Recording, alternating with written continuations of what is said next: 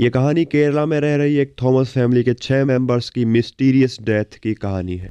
2002 में Thomas family में घर के सबसे ओल्ड पर्सन की अचानक से डेथ हो जाती है एंड इसके बाद 2002 से लेकर 2016 तक कंटिन्यूसली इस फैमिली के टोटली 10 मेंबर्स में से 6 मेंबर्स की एक के बाद एक करके रहस्यमय तरीके से मौत होती जाती है, जिसमें एक तो 2 साल की बच्ची भी इंक्लूड होती है। और ये सारी की सारी मौतें 14 साल के एक लंबे वक्त में होती है। 14 ईयर्स तक कंटिन्यूसली 6 लोगों की मौत के बाद भी इस फैमिली में बचे हुए लोगों में से कोई भी इस चीज पर फोकस नहीं करता कि आखिरकार क्या राज हो सकता है behind the multiple deaths in a single family. यहाँ पर 2 चीजें हो सकती थी, या तो 6 लोगों की मौत ये सिर्फ एक इंसिडेंट होता या फिर एक मर्डर होता। एंड आफ्टर 17 ईयर्स, एक लंबे वक्त के बाद थॉमस फैमिली की रहस्यमयी मौत के पीछे एक कातिल निकलता है। और 2002 में शुरू हुई ये स्टोरी 2019 तक आते आते एक इंसिडेंट से पूरी तरह से हटकर एक परफेक्ट फैमिली मर्डर में कन्वर्ट हो जाती है। आज की कहानी थॉमस फैमिली में होने वाले उन्हीं 6 मर्डर्स की कहानी है, जो कि करीब करीब 17 साल तक जमीन में दफन रहते हैं।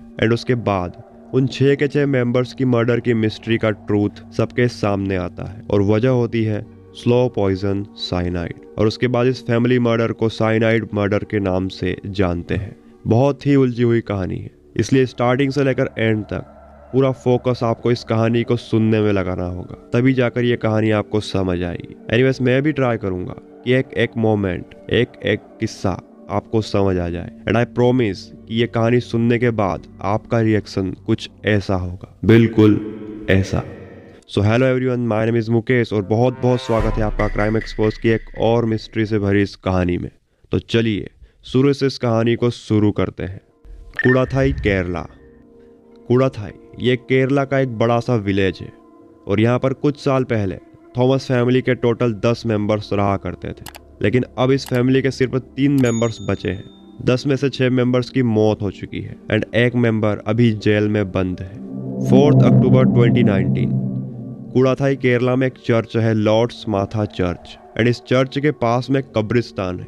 4 अक्टूबर 2019 को इस कब्रिस्तान के अंदर और बाहर चारों तरफ काफी भीड़ खड़ी होती है, और साथ में वहां पर पुलिस, एम्बुलेंस एंड मीडिया भी होती है। पूरे के पूरे कब्रिस्तान में मीडिया के कैमरास फ्लैशेस हो रहे थे, चमक रहे थे, एंड कब्रिस्तान के चारों ओर सिर्फ थॉमस फैमिली नाम गूंज रहा था। उसी कब्रिस्तान में थॉमस फैमिली का सबसे छोटा बेटा रोजो थॉमस भी पुलिस के साथ कब्रिस्तान के गेट पर खड़ा होता है, एंड वो दूर खड़ा रहकर इशारों से पुलिस को ये बता रहा था कि उसकी फैमिली के जो 6 लोग हैं जिनकी डेथ हो चुकी है वो कहाँ कहाँ पर दफन है, यानी कि उनकी कब्र कहाँ कहाँ पर मौजूद है।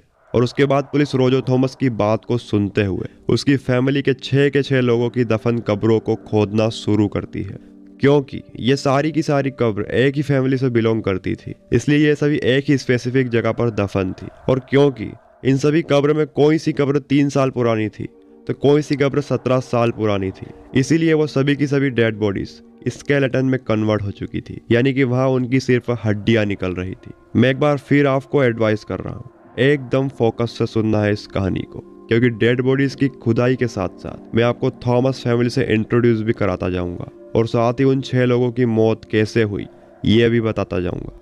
थॉमस फैमिली का छोटा बेटा रोजो वो वहीं खड़ा रहकर हर एक बॉडी का स्पेसिफिक नाम और डेट ऑफ डेथ बता रहा था। फर्स्ट ऑफ ऑल, पहली कब्र खोदी गई थी एनम्मा थॉमस की, जिनकी मौत होती है 2002 में, खुदाई करने से करीब 19 साल पहले, जिस वक्त एनम्मा थॉमस की उम्र करीब 57 साल थी। एक दिन एनम्मा अपने घर के बाहर एंट्रेंस में टहलने के लिए जाती है, एंड कुछ देर के बाद उसे बहुत ही जोर की प्यास लगती है, इसलिए उसे घर का ही कोई मेंबर एक ग्लास में पानी ला कर देता है। और जैसे ही एनम्मा उस पानी को पीती है उन्हें बहुत ही तेज चक्कर आने लगते हैं, और एनम्मा वहीं पर धड़ाम से गिर जाती है। इसके बाद फैमिली के बाकी मेंबर्स उन्हें हॉस्पिटल ले जाते हैं, लेकिन तब तक उनकी मौत हो चुकी थी, इसलिए डॉक्टर्स एनम्मा को डेड बता देते हैं और कहते हैं कि इन्हें हार्ट अटैक आया था। और उसके बाद फैमिली के सभी मेंबर्स एनम्मा को वापस लाकर लॉर्ड्स माथा चर्च के कब्रिस्तान में दफना देते हैं। अब दूसरी कब्र में से जिस बॉडी को निकाला गया था वो बॉडी थी एनम्मा थॉमस के हस्बैंड टॉम थॉमस की, जिनकी मौत उनकी वाइफ की मौत से 6 साल बाद 2008 में हुई थी।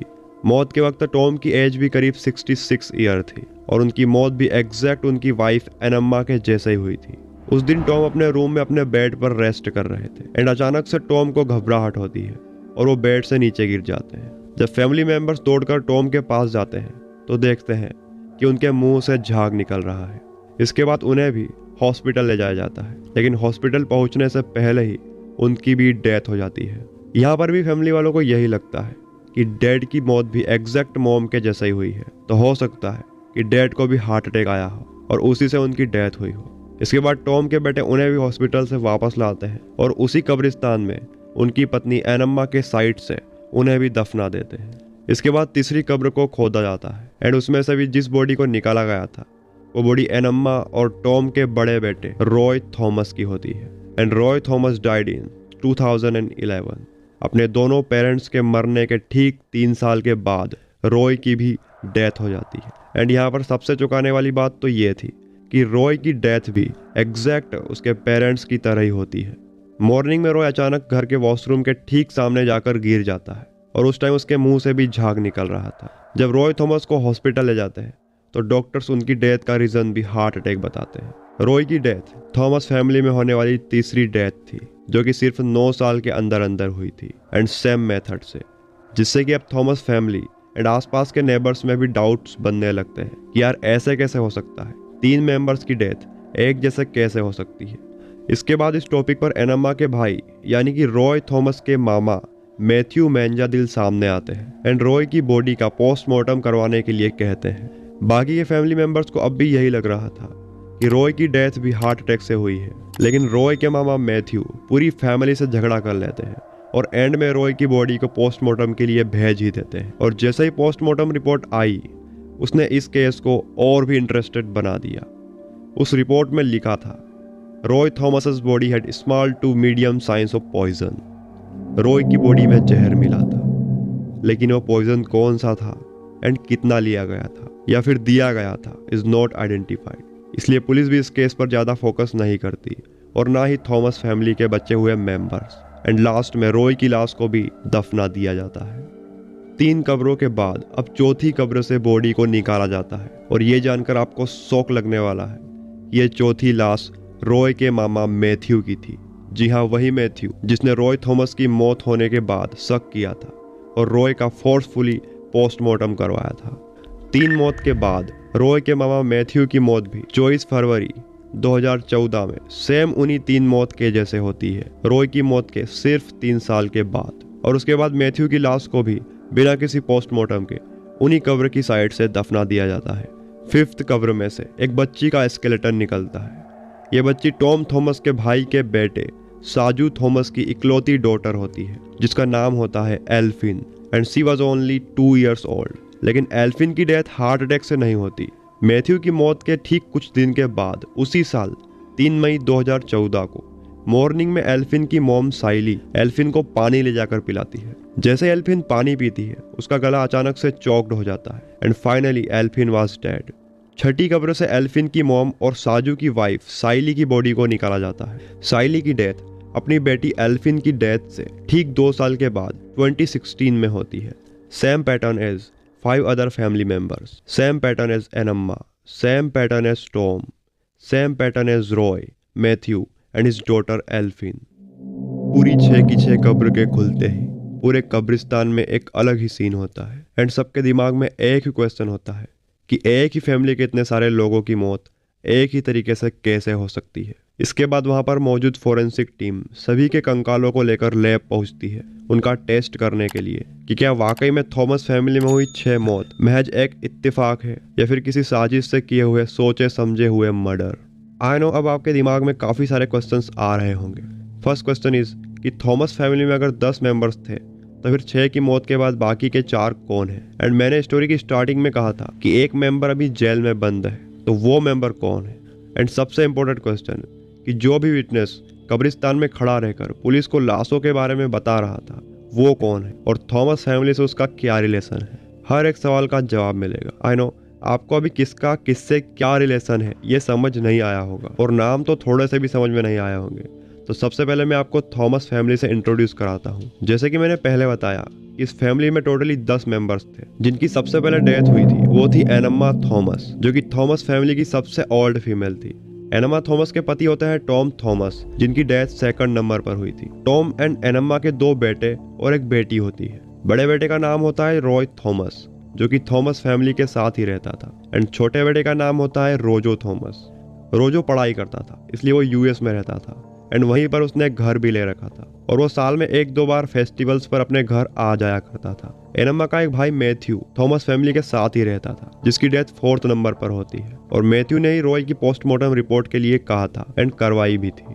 टॉम और एनम्मा के बड़े बेटे रॉय की शादी 1997 में हो चुकी थी, और इसकी वाइफ का नाम जोली एम्मा जोसेफ होता है, जिसको शॉर्ट में सब जोली जोसेफ बुलाया करते थे। टॉम थॉमस का एक और भाई होता है जकारिया थॉमस, जिसका भी एक बेटा होता है जिसका नाम होता है साजू थॉमस, एंड इसकी भी शादी हो चुकी थी, और एक 2 साल की बेटी भी होती है। साजू की वाइफ का नाम होता है साइली, एंड साजू की बेटी का नाम एल्फिन होता है। तो ये सभी 10 मेंबर्स होते हैं थॉमस फैमिली में। आई होप अब आपको ये सब क्लियर हो चुका होगा कि किसका किससे क्या रिलेशन है। तो अब शुरू करते हैं असली कहानी।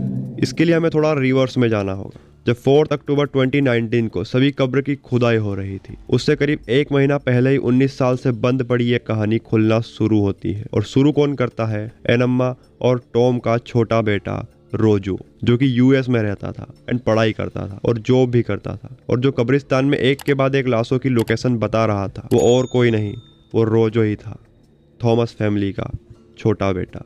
रोजो सितंबर 2019 में एक दिन अचानक यूएस से अपने घर कूड़ाथाई वापस आ जाता है, क्योंकि कंटिन्यूसली उसकी फैमिली में होने वाली डेथ से उसके दिमाग में कुछ डाउट्स आने लगते हैं। रोजो सोचता है कि इंसिडेंटली 1 या फिर 2 या फिर ज़्यादा से ज़्यादा 3 मेंबर्स की हार्ट अटैक से डेथ हो सकती है, लेकिन पूरे के पूरे 6 मेंबर्स इंक्लूडिंग 2 साल की बच्ची सभी को एक जैसे हार्ट अटैक आना, ये बात रोजो को कुछ हजम नहीं होती, और इसीलिए रोजो यूएस से वापस अपने घर लौट आता है ताकि वो ये पता लगा सके कि आखिर हो क्या रहा है मेरी फैमिली के अंदर।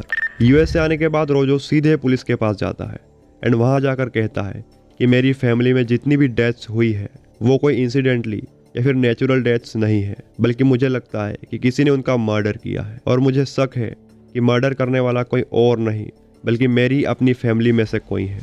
पुलिस रोजो से एक सवाल पूछती है कि तुम्हें अपनी फैमिली के किस इंसान पर शक है, और साथ ही एक और सवाल पूछती है कि करीब 17 साल के बाद अब जाकर तुम अपनी फैमिली के मर्डर की बात क्यों कर रहे हो। तब रोजो पुलिस से कहता है कि मुझे अपने ही घर की मेरी बड़े भाई की बीवी जोली एम्मा जोसेफ पर डाउट है, और मुझे लगता है कि जोली ने ही सभी का मर्डर किया है, और मेरे पास कुछ एविडेंस भी है जिससे कि मैं साबित कर सकता हूँ कि जोली ही है जिसने शायद से यह सब कुछ किया है। तो दोस्तों, अब वक्त आ गया है जोली को जानने का कि जोली कौन थी एंड रोजो ने जोली पर शक क्यों किया। तो रोजो पुलिस को जोली के बारे में बताना शुरू करता है। So let's start talking about Jollyamma Joseph. Jolly starting से ही पढ़ाई और हर मामले में बेहद ही स्मार्ट थी, एंड इसके साथ ही वो एक लोअर रिच फैमिली से भी बिलोंग करती थी। ओवरऑल जोली को स्टार्टिंग से ही किसी भी चीज़ की कमी महसूस नहीं हुई थी, एंड इसके बाद वो अपने दम पर एनआईटी यूनिवर्सिटी की प्रोफेसर बनती है, और 1997 में एनम्मा और टॉम थॉमस के बड़े बेटे रॉय थॉमस से शादी कर लेती है और थॉमस फैमिली के साथ ही रहने लगती है उनकी बहू बनकर। रॉय थॉमस एक सीधा एंड लॉयल बंदा था। साथ ही थॉमस फैमिली के लगभग सभी मेंबर्स कुछ न कुछ गवर्नमेंट सर्विसेज में थे, इंक्लूडिंग एनम्मा एंड टॉम, क्योंकि एनम्मा एक रिटायर्ड टीचर थी एंड टॉम भी अपनी जॉब से रिटायर्ड हो चुके थे।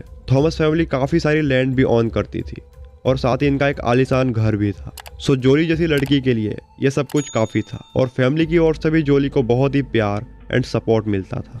लेकिन इन सब के चलते 2002 में थॉमस फैमिली में पहली मौत होती है एनम्मा की, और उसके बाद दूसरी, तीसरी, चौथी, 5वीं और 6ठी मौत होती है। लेकिन हर एक मौत के बाद जोली घर के मेंबर्स को बड़े ही प्यार से सेटिस्फाई कर देती थी, ये सब बोलकर कि जो होना था हो गया, कुछ भी हमारे बस में नहीं होता है, हार्ट अटैक जैसी नेचुरल डेथ भी हमारे कंट्रोल में नहीं है। यहाँ तक कि नेबर्स के पूछने पर भी जोली एक ही जवाब देती है कि हमारे घर में बुरी आत्माओं का साया है, और 14 सालों तक यही कहती रहती है कि शायद हमारा घर कर्स्ड है, श्रापित है, और इसी वजह से एक के बाद एक मौत होती जा रही है। और हाँ, एक और चीज़, जोली के पति रॉय की डेथ के बाद भी जोली पर रॉय की मौत का कोई इफेक्ट नहीं पड़ता, और वो हमेशा खुश रहती एंड अपनी जॉब पर जाया करती। अब इस कहानी में एक और नया ट्विस्ट आता है, और वो ये होता है कि जोली के हस्बैंड रॉय थॉमस की डेथ होती है 2011 में एंड रॉय के चाचा के बेटे साजू की वाइफ साइली की डेथ होती है 2016 में। इसलिए इधर जोली विधवा हो जाती है एंड उधर साजू भी अपनी वाइफ साइली की डेथ के बाद अकेला हो जाता है। And that's the interesting thing कि जोली अपने पति की मौत के बाद अपने ही देवर साजू से शादी करने का फैसला करती है एंड फाइनली अपने पति की डेथ के सिर्फ 6 साल के बाद 2017 में जोली का परिवार जोली की शादी साजू से करवा देता है एंड अब जोली और साजू दोनों देवर भाभी की जगह हस्बैंड और वाइफ बन जाते हैं। जब जोली और साजू की शादी होती है 2017 में तो रॉय का छोटा भाई रोजो जो कि यूएस में रहता था वो भी यूएस से अपने घर वापस आ जाता है और इन दोनों की शादी में शामिल होता है। इसी बीच रोजो और जोली के बीच बातचीत होती है।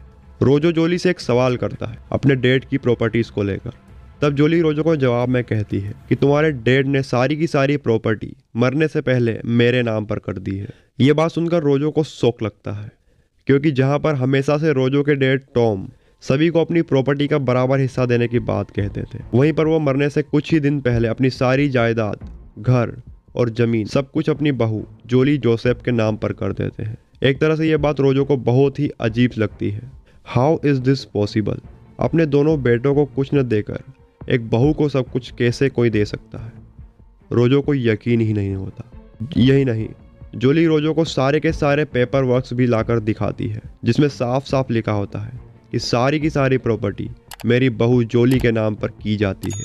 उस वसीयत पर बाकायदा टॉम के सिग्नेचर्स भी होते हैं और सारी की सारी प्रॉपर्टी टॉम ने अपनी मौत से सिर्फ 3 महीने पहले ही जोली के नाम पर कर रखी थी। रोजो जब प्रॉपर्टी के पेपर्स को ध्यान से देखता है तो उसे उन वसीयत पर किए सिग्नेचर्स फर्जी दिखाई देते हैं एंड वो समझ जाता है कि ये सिग्नेचर्स डेट के तो बिल्कुल भी नहीं है।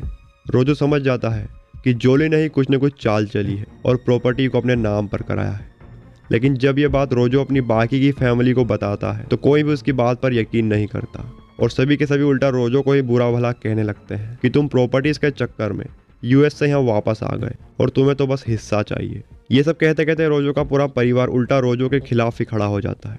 लेकिन रोजो हार नहीं मानता। वो जोली को फॉलो करना शुरू करता है। वो ये जानना चाहता था कि जोली दिन में कहाँ जाती है, किससे मिलती है एंड और भी जोली के दिमाग में क्या क्या चल रहा है।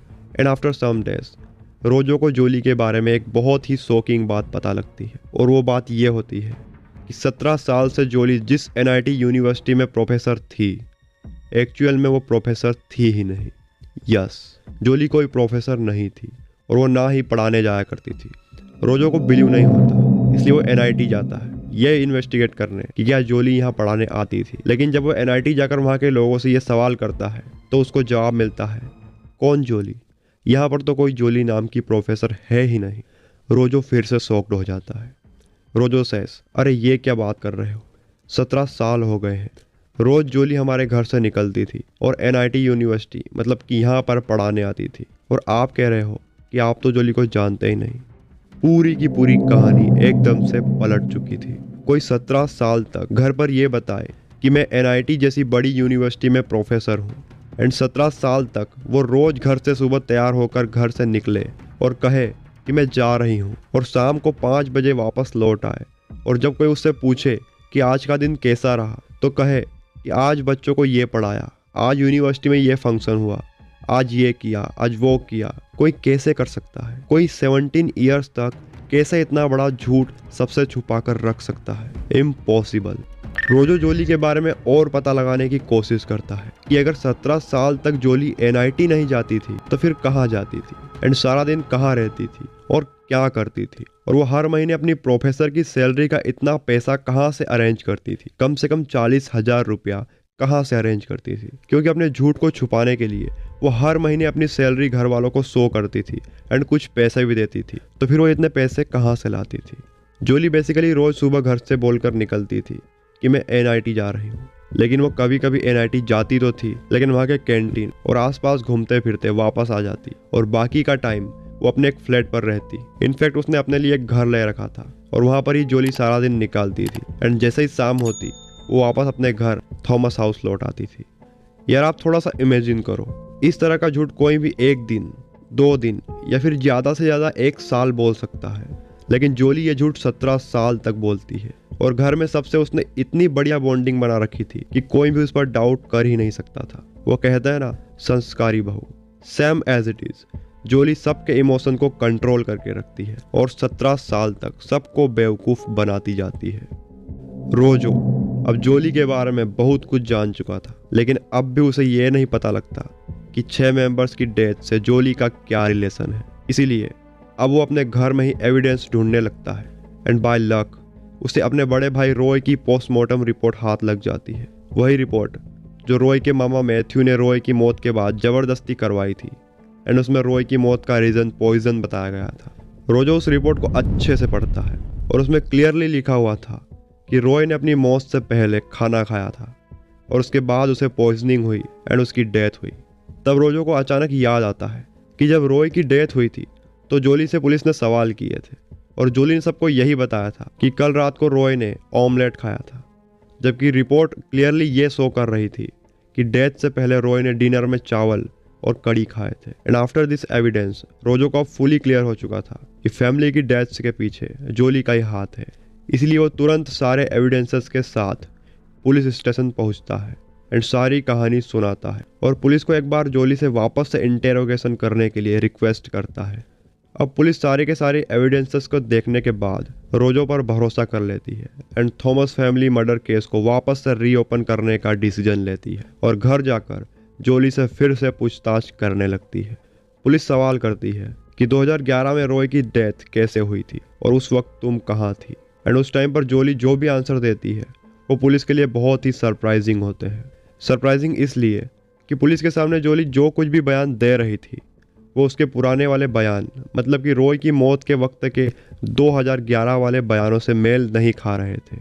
इट मीन्स उसके प्रेजेंट के बयान उसके पास्ट के बयानों से बिल्कुल भी मैच नहीं हो रहे थे। और इसके बाद तो पुलिस के लिए भी जोली शक के घेरे में आ जाती है और थोड़ी सी स्ट्रिक्ट इन्वेस्टिगेशन के बाद जोली पूरी की पूरी सच्चाई बताने पर मजबूर हो जाती है।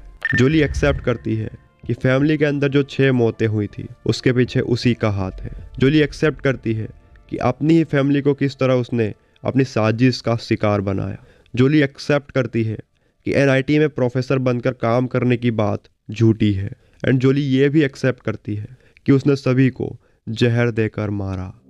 4 अक्टूबर 2019 को पूरे इंडिया में ये बात आग की तरह फैल जाती है कि किस तरह जोली 17 ईयर्स तक फैमिली के साथ एक बहुत ही बड़ा गेम खेलती जाती है और किस तरह वो 14 साल के अंदर अंदर 6 लोगों को मौत के घाट उतार देती है। सो दोस्तों, अब जाकर वो वक्त आया है कि जोली ने यह सब क्यों किया। क्या यह सब सिर्फ प्रॉपर्टी के लिए था या फिर जोली के दिमाग में और भी कुछ चल रहा था। अब जान लेते हैं पूरी सच्चाई को। तो फिर से हमें रिवर्स में जाना होगा 1997 में, जब जोली रॉय से शादी करती है। उस टाइम पर घर का पूरा कंट्रोल उसकी मदर इन लॉ एनम्मा थॉमस के हाथ में था। एनम्मा जो भी कहती थी घर में वही होता था। एनम्मा के ऑर्डर्स पर ही सब काम करते थे एंड सभी एनम्मा की बहुत ही ज़्यादा रिस्पेक्ट करते थे। लेकिन ये जोली को बिल्कुल भी पसंद नहीं था। वो चाहती थी कि घर का पूरा कंट्रोल उसके हाथ में हो और वो जैसा भी कहे ऑल द फैमिली मेम्बर्स ठीक वैसा ही करें। लेकिन जोली ये भी जानती थी कि जब तक उसकी मदर इन लॉ जिंदा है घर का कंट्रोल उसके हाथ में नहीं आएगा। इसलिए वो एनम्मा को अपने रास्ते से हटाने के बारे में प्लान करती है और इसके बाद वो अपने एक फ्रेंड जो कि एक ज्वेलरी शॉप पर काम करता था उससे कांटेक्ट करती है एंड उस फ्रेंड की हेल्प से उसी ज्वेलरी शॉप से एक केमिकल मंगवाती है और वो केमिकल होता है potassium cyanide. Yes, potassium cyanide, एक ऐसा केमिकल जिसकी अगर 5 mg डोज किसी को भी दे दिया जाए तो कुछ ही सेकंड्स के अंदर वो मर जाएगा। जोली इसी केमिकल को एनम्मा को खाने में मिलाकर देती है, लेकिन 5 mg नहीं बल्कि 2 mg से भी कम, ताकि एनम्मा एक ही बार या फिर सिंगल डोज से ना मरे बल्कि स्लोली उस पर साइनाइड का असर हो और धीरे से वो मरे। क्योंकि जोली ये बात अच्छे से जानती थी कि अगर साइनाइड किसी भी इंसान को कम क्वांटिटी में दिया जाए तो उस इंसान की मौत कुछ दिन या फिर कुछ महीनों के बाद होगी और वो भी एक नेचुरल डेथ के जैसे। और सेम यही होता है। जोली एनम्मा को कुछ हफ्तों तक साइनाइड को थोड़ी थोड़ी क्वांटिटी में खाने में मिलाकर देती है एंड फाइनली अचानक एक दिन एनम्मा की डेथ हो जाती है। लेकिन फिर भी जोली के हाथों में घर का कोई कंट्रोल नहीं आ पाता है, क्योंकि एनम्मा की मौत के बाद पूरा कंट्रोल अब एनम्मा के हस्बैंड टॉम थॉमस के हाथों में चला जाता है। इसीलिए जोली पहले तो अपने फादर इन लॉ के साथ बहुत ही अच्छा बिहेव करके सारी की सारी प्रॉपर्टीज़ को अपने नाम पर करा लेती है एंड उसके बाद सेम साइनाइड का डोज टॉम को भी देना स्टार्ट कर देती है। And after 6 years of en masse death Tom की भी डेथ हो जाती है और अब जाकर घर का पूरा कंट्रोल जोली के हाथों में आ जाता है। अब थर्ड नंबर था जोली के हस्बैंड रॉय थॉमस का। जोली दिखने में बहुत ही खूबसूरत थी एंड स्टार्टिंग से ही जोली को एक वेल पर्सनालिटी वाला पति चाहिए था, लेकिन रॉय ऐसा बिल्कुल भी नहीं था। रॉय एक सीधा सा एंड नेचुरल बंदा था, लेकिन जोली को एकदम रॉय के चाचा के बेटे साजू की तरह अपना हस्बैंड चाहिए था। और जोली तो स्टार्टिंग से ही साजू से शादी करना चाहती थी, लेकिन साजू तो ऑलरेडी मैरिड था, इसलिए उसे मजबूरन रॉय से शादी करनी पड़ती है। एनम्मा और टॉम की डेथ के बाद जोली और साजू दोनों एक दूसरे को फ्लर्ट भी करने लग जाते हैं, लेकिन रॉय के जिंदा रहते जोली साजू को तो नहीं पा सकती थी, इसीलिए जोली अपने हस्बैंड रॉय को भी रास्ते से हटा देती है, मार देती है, ताकि वो साजू से शादी कर सके आसानी से। रॉय की डेथ पर एनम्मा का भाई और रॉय के मामा मैथ्यू का शक भी जोली पर ही होता है और इसीलिए वो रॉय की पोस्टमार्टम रिपोर्ट के लिए फैमिली को फोर्स करते हैं। लेकिन पोस्टमार्टम रिपोर्ट में पॉइजन की बात आने पर जोली को अब मैथ्यू अंकल से इनसिक्योरिटी फील होने लगती है। जोली सोचती है कि अगर मैथ्यू अंकल को मेरा साइनाइड वाला राज पता चल गया तो उसकी सारी की सारी सच्चाई सबके सामने आ जाएगी और घर वाले उसे धक्के मारकर घर से बाहर कर देंगे। इसलिए फाइनली जोली मैथ्यू अंकल को भी अल्कोहलिक ड्रिंक में साइनाइड देकर मार देती है। जोली अब पूरी तरह से प्रॉपर्टी और घर का कंट्रोल अपने हाथों में कर चुकी थी। अब बस उसको एक ही चीज की कमी थी और वो था साजू थॉमस, जिसे वो पसंद करती थी। और सिर्फ साजू को पाने के लिए जोली साजू की बेटी एल्फिन एंड द लास्ट उसकी बीवी साइली को भी मार देती है, ये सोचकर कि अगर साजू की बीवी और बच्ची मर जाते हैं तो वो आसानी से साजू से शादी कर सकती है। एंड फाइनली वो 2017 में साजू से शादी भी कर लेती है। अब एक बहुत ही बड़ा सवाल था कि क्या साजू को जोली की सच्चाई पहले से पता थी, क्योंकि साजू भी अपनी एक्स वाइफ साइली के होते हुए भी जोली को फ्लर्ट करता था। जब ये सवाल पुलिस साजू से करती है तो साजू कहता है कि जोली से शादी करने के बाद उसे सिर्फ इतना पता चल चुका था कि जोली कोई प्रोफेसर नहीं है और वो झूठ बोल रही है। लेकिन साजू ये बात किसी को भी नहीं कहता, क्योंकि पहले ही फैमिली में बहुत सारी प्रॉब्लम्स चल रही थी और वो ये नहीं चाहता था कि जोली के प्रोफेसर ना होने की बात सबको पता चले और घर में और टेंशन बढ़े। पुलिस उन ज्वेलरी शॉप में काम करने वाले एम्प्लॉयज से भी पूछताछ करती है साइनाइड को लेकर, तो वो एम्प्लॉयज भी एक्सेप्ट कर लेते हैं कि हाँ, हमने ही जोली को वो साइनाइड दिया था, लेकिन उसने हमसे ऐसा कहा था कि मुझे साइनाइड की नीड चूहों को मारने के लिए है, इसलिए हमने उसे साइनाइड दे दिया। और इसके बदले जोली ने उन एम्प्लॉयज को 2 शराब की बोतलें और 5,000 रुपए भी पे किए थे उस थोड़े से साइनाइड को लेने के बदले। इसके बाद पुलिस उन दोनों एम्प्लॉयज को भी अरेस्ट कर लेती है। फॉरेंसिक रिपोर्ट्स और बाकी सारे एविडेंसेस को मिलाकर जोली के खिलाफ पुलिस के पास काफ़ी सारे सबूत थे, लेकिन फिर भी पुलिस ओनली 3 डेज को ही जोली से कनेक्ट कर पाती है। एंड बाकी 3 मर्डर को लेकर केरला पुलिस अभी भी एविडेंसेस कलेक्ट कर रही है। तो दोस्तों, थॉमस फैमिली का जो एक पर्सन जेल में था वो साइनाइड सीरियल किलर जोली एम्मा जोसेफ ही होती है, जो कि अभी भी जेल में बंद है। जोली के खिलाफ अभी भी कोर्ट में केस रनिंग में है। देखते हैं अब उसे क्या सजा मिलती है। ये कहानी कुछ सवाल अभी भी छोड़ जाती है जिनका जवाब अभी तक भी क्लियर नहीं हुआ है, जैसे कि जोली 17 साल तक हर महीने अपने प्रोफेसर की सैलरी के जितने पैसे कहाँ से लाती थी, और क्या साजू भी जोली के इस खेल में इन्वॉल्व था। ये सब अभी तक भी कोई नहीं जानता। तो दोस्तों, ये थी कहानी the serial killer Jolly Joseph की, जो कि सिर्फ प्रॉपर्टी एंड घर में अपनी मर्जी चलाने के लिए अपनी ही फैमिली को दीमक की तरह स्लोली खाती जाती है एंड किसी को भी इस बारे में पता भी नहीं चल पाता। इस स्टोरी की हर एक छोटी से छोटी चीज़ को रिसर्च करने और लिखने के लिए मुझे 1 वीक का टाइम लगा था। So please don't forget to subscribe, like और कमेंट जो हो सके वो करो। ऐसे ही धमाकेदार स्टोरीज लाता रहूँगा। मिलता है नेक्स्ट वीडियो में, तब तक के लिए बाय बाय।